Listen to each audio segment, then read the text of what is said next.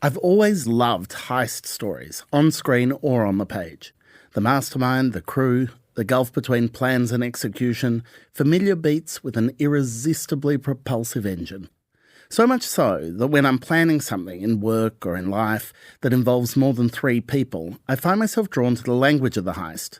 You're the getaway driver, I'm the explosives expert, and Mum can be the acrobat. I know it's juvenile, but that's how my brain works. So it's something of a relief to discover that a 2-time Pulitzer winner and former MacArthur Genius Grant recipient is similarly afflicted.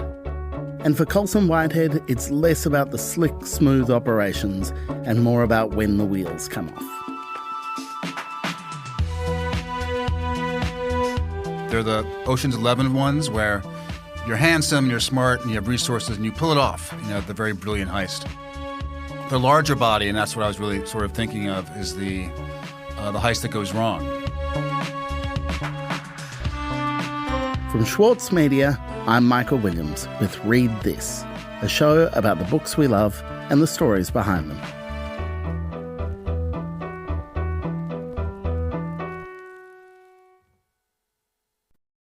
The thing about being a Colson Whitehead fan is that you never know what you're going to get.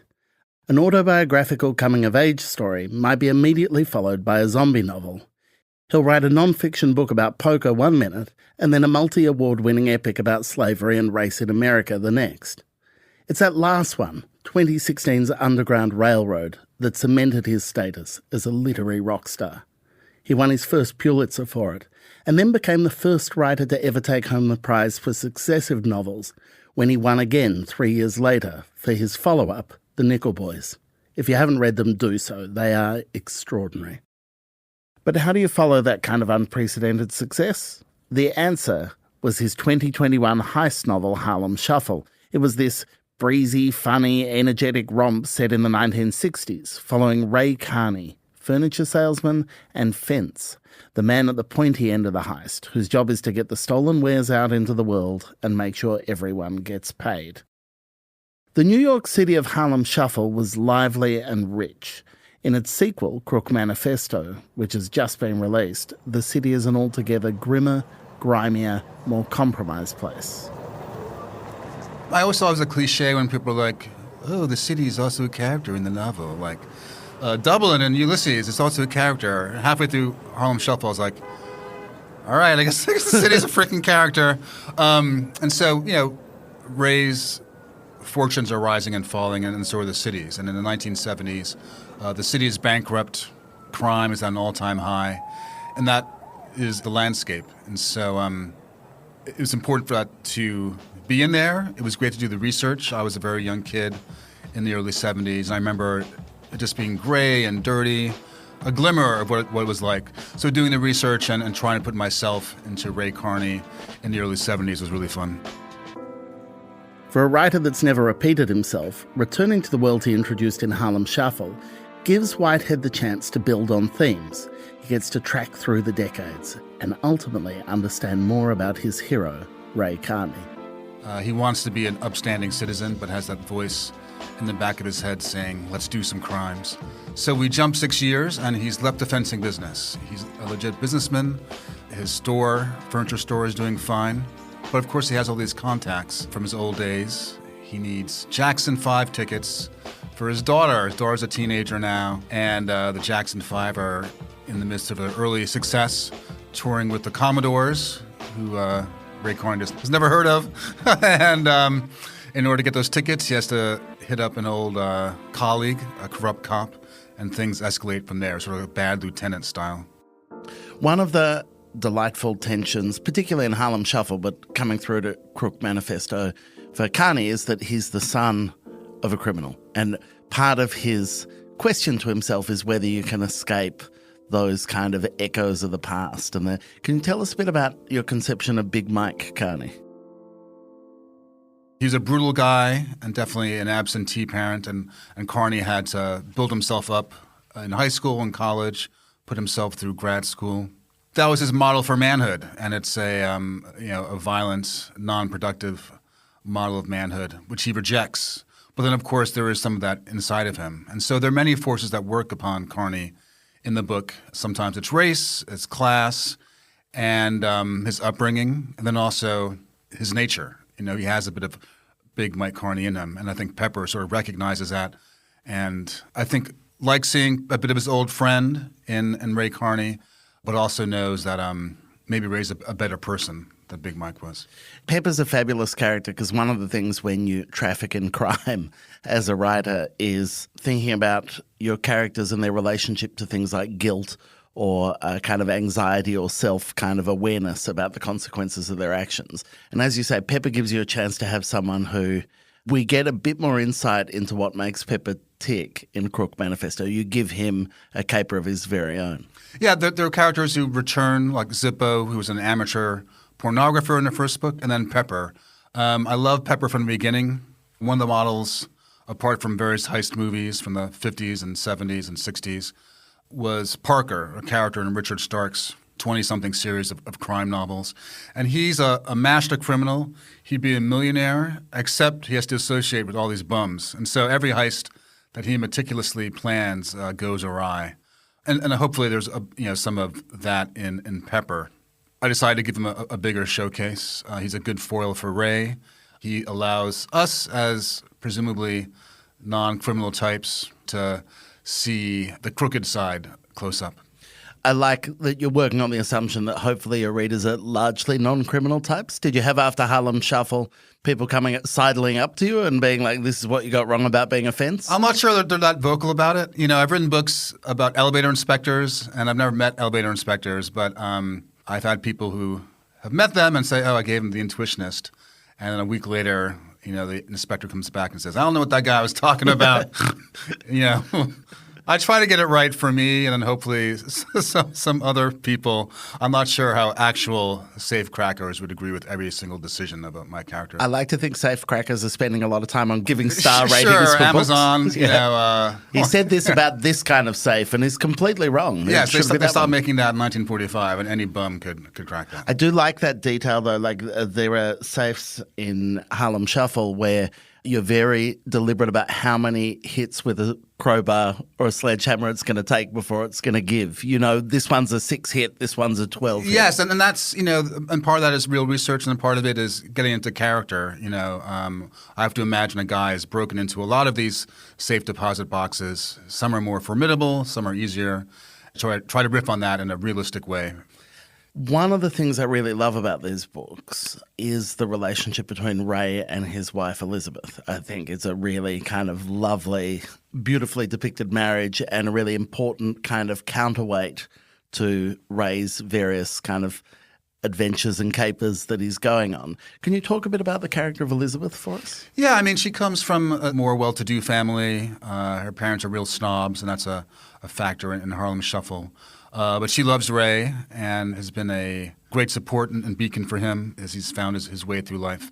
She also returns, of course, and her career is going through different changes. And in this book and in the third book I'm working on, she's going through her own transformation. Part of Elizabeth's trajectory is she works as a travel agent, which through the 60s and then into the 70s, the political nature of that role and her proximity to civil rights movements, whereas Carney is a bit removed from that world of politics, except when it has a utility for him for what he's trying to do. Elizabeth is kind of right there in a front row seat to some pretty seismic social changes. Well, she's not a criminal, and she's a real person, not shady like Ray or the other straight-up criminals. So she's like a reality check on what's actually going on with normal people. So in the first book, there's various sort of racial upheaval, and she's a voice of the sort of average black person. The criminals aren't necessarily marching. If you say, let's not go over bank on Tuesday, the wheelman's not going to say, but Tuesday's election day. I got to vote that day. We can't do it then. And so someone has to sort of stand in for what's going on in the larger community, and sometimes that's Elizabeth. As a travel agent, she is organizing trips and vacations for people going down to the South. It's perilous to travel during the Jim Crow days in the early 60s. There are towns you cannot be seen on the street when you're black, hotels that won't serve you, restaurants. And so she's one of the keepers of that database of where it's safe to travel. If you've seen the movie Green Book, I have not, but I'm told that important disclaimer, you don't want to damage your cred there. No, I've not seen it, but the Green Book was a real thing. And so in the 70s, where does she go? There's a new sort of feminist movement. More women have their own businesses. Can she see that for herself?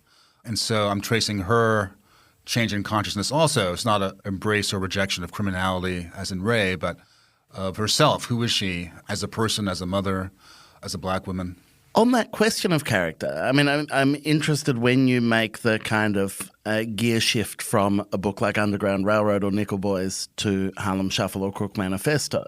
Do you approach character differently? Is there a kind of solemnity to how you approach one type of character and a play to the other, or is that just how it comes out on the page? Well, I mean, I think about these people a lot before I start writing. I know that Cora in the Underground Railroad has been very damaged, a very damaged person, uneducated. I have to find a language for someone who is not a reader to describe the world. I have to have a language for her to interpret all these strange sights in each stop on the railroad. So I try to figure out who each person is before they get on the page. I felt a real distance from my characters in my first couple of books. Sag Harbor, which is a very autobiographical book, was a breakthrough for me. I was dealing with things in my childhood. And since then, the characters, I think, have been more complicated in a nice way and more fully developed on the page. So hopefully, from book to book, you're getting better at what you do, whether you're a writer, a plumber, or a heart surgeon. Hopefully, after 25 years as a heart surgeon, you're killing fewer people. I wonder, though, with a heart surgeon or a plumber, if there's a point where you peak and then your stuff declines after that. Yeah, I think everyone peaks. Hopefully I haven't hit the peak yet. Maybe I wouldn't mind a plateau. There's always a decline in quality eventually, and hopefully I haven't hit that yet. And unfortunately, no one tells you. I saw a writer at a Sydney Writers' Festival a few years ago, and he got up and he began by saying, they say you come to Australia twice in your career, once on the way up and once on the way down, and it's so good to be back. And I thought that's a pretty fun construction, the idea. This is my second visit, so we'll see how it goes. I don't believe the decline's in evidence yet. I think when Curtis Hanson adapted LA Confidential for the screen, he quoted a Raymond Chandler quote that was that in a good thriller, you needed an element of surprising inevitability. When stuff happened, it always had to happen because that's who the character is, but it still takes you by surprise and takes you by shock. I know you're a careful plotter and you think about the schematic of what you're doing ahead of time. Are there moments where in a thriller you were surprised that things turned nasty, or you just couldn't help yourself, that you had thought it was going to go one way and then you're like, no, this is going to go down bad? There is that inevitability, and it's built into the heist genre. They're the Ocean's 11 ones where you're handsome, you're smart, and you have resources, and you pull it off, the very brilliant heist. The larger body, and that's what I was really sort of thinking of, is the heist that goes wrong. There's that dilemma of the heist. If you pull it off, you can change your fate. And then, of course, it's botched, and you can't change your fate. You can't transcend your origins. You're doomed to your luckless existence, and you're foolish to even try, but you do try. So that doomed heist is very attractive. Plotting them is fun. You have to be open to surprise, definitely, and go in a different direction if the characters are asking you or logic is dictating you. There's definitely a mood and a palette, a philosophical tone that's in there from the beginning, and I'm sticking to it. Coming up after the break, we hear more about the ways in which 11 books in, Colson Whitehead is still learning things about the kind of writer he is.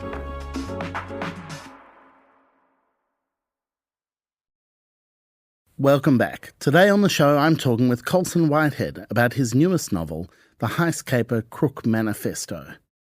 I'm really interested in the role of joy for you in writing, because you often have a kind of gloomy worldview sometimes, but there's also this kind of sense in the difference between the different books you do, in the ways in which you research different areas, you pursue different kind of passions and curiosities and things. That sense of play is really wonderful, and I'm interested in whether you get joy from the writing process. Apart from the jokes, and I have a weird sense of humor, and I can find a conduit for that in some books, definitely in the criminal world of the Harlem trilogy. There's a lot of room for play there. The work is hard, but I love it. There's nothing else I could do. I love the surprise discoveries, whether it's that you don't know you're going to have when you wake up that morning. And maybe it's a sentence or new kind of image. Maybe it's a plot point or a piece of character work. I love those discoveries. I love when I'm in the groove on a book and everything's just sort of feeding the work. And I feel like I'm, in the Matrix, and everything is just a bunch of ones and zeros, and I can manipulate everything. So I love that. But there's a lot of doubt. Is this working? Why isn't this sentence working? And maybe it's just a comma. Maybe to flip the clauses. Maybe a sentence has to go. And so nobody can do it except for you, really. Obviously, people come in later, editors, my early readers, but all that sort of brute work is up to me. And it's terrifying, but also, very exhilarating. And I wish there was something else I could do that would give me as much pleasure, but there's not. You know what? When you're the best at something, you may as well just embrace that as your thing. I did hear an interview with you just after you won your second Pulitzer, which is a wild sentence to say to anyone, where you were asked, did it change you? Did it change the way you write, the way you approach it? And you said, you get up the next day and have to write another page. And the thing that struck me about that I wanted to immediately ask was just the one page. I mean, is it a page a day? Is that a typical pace?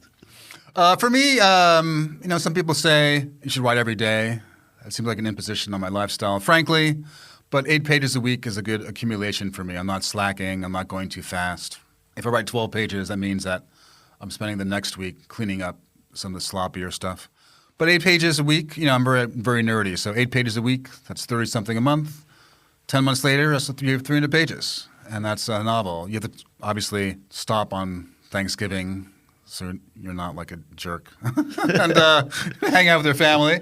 But, that steady accumulation in the daunting size of a novel, that marathon, makes sense to me.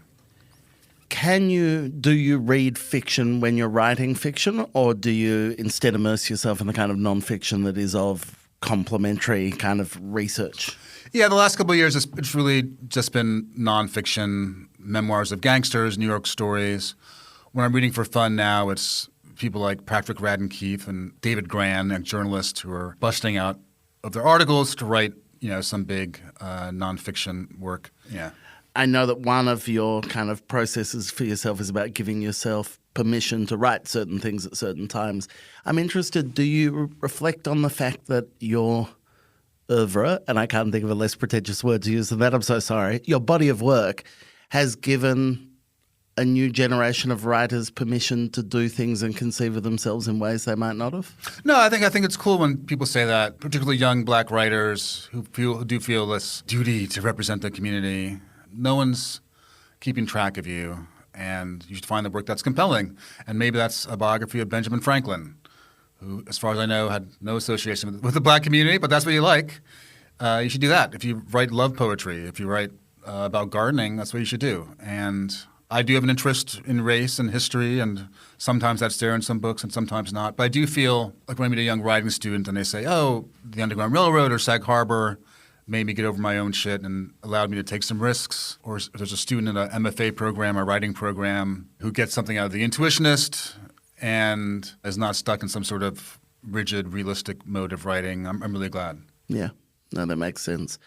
So when the third book in this trilogy is finished, you will have spent the longest period of time of your writing life with a single set of characters, a single world. Will you miss that? Are you dreading that moment when it comes? Do you already have that itchy feeling that you know where you want to zigzag to next?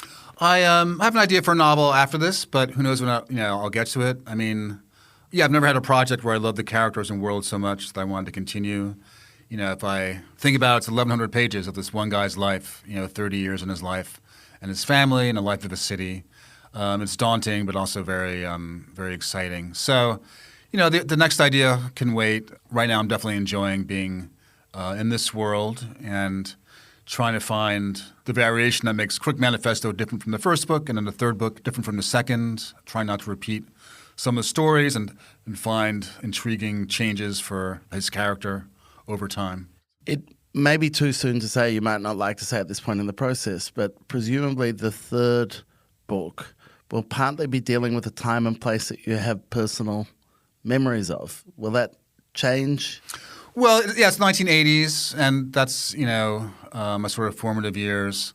I always feel like I'm getting into the character. I mean, there's probably some, little fun facts that I'll know from memory and not so much hunting down in the advertisements of the New York Times of the period. Yeah, there's some sections that are closer to my experience, and finding ways for Ray and Pepper to get into them is intriguing in a way that's not self-indulgent, but actually serves the characters. So how can I get that liquid reference in, or Keith Haring with a bunch of middle-aged squares like Ray and Pepper? That'll be an intriguing task. What I'd really like to see is Alfred Hitchcock style. Pepper and Ray encounter a young Colson at some point, just on the street. 2 seconds. Sure. Just get yourself on the page. The ultimate in self-indulgence. We'll see. I mean, John Henry Days, my second novel, takes place in the 80s and 90s, and there's an Egon coffee table. Egon is a brand of furniture that I made up for John Henry Days, and it's in Harlem Shuffle, so there's actually overlap in the universe of those two books. So we'll see who will pop up strangely from other books of mine. We're going to get the Colson Whitehead cinematic universe at some point. Well, in the TV show of Underground Railroad, Barry Jenkins, who directed it, was a big fan, and so he took a monologue from the Intuitionist, my first book, for the TV series. So who knows what weird Easter eggs for whatever psychotic nerds who read all my books they'll find. I count myself as one of those psychotic nerds. I'm into it. It's a wonderful thing. Colson Whitehead, thank you so much for your time. No, thanks for having me.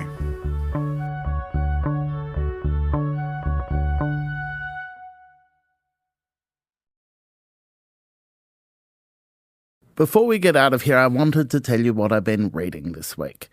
I'm super excited by this debut book of short stories I've been reading called Firelight. They're written by John Morrissey. He's from Melbourne, of Kalkadoon descent, and you might have seen his stories over the past few years in various literary journals.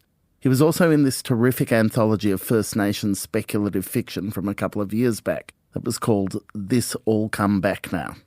The stories in Firelight are in a similar vein. They're stories about colonialism and Indigenous identity, but they've all got this genre flavour and hints of sci-fi. It's unexpected and surprising and really bloody good. Well worth a read. And Catherine Lacey's latest novel, Biography of X, is also a cracker. A page-turner about the way artists and other public figures manufacture identity for themselves.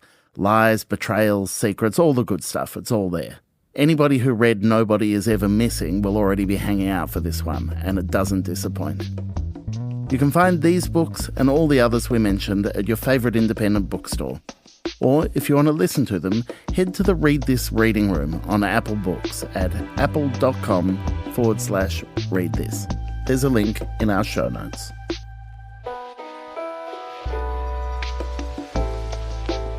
This episode was produced by Clara Ames and edited by Sarah McVie. Special thanks this week to Shane Anderson. Mixing and original compositions by Zoltan Fetcher. I'm Michael Williams. Thanks for listening. See you next week.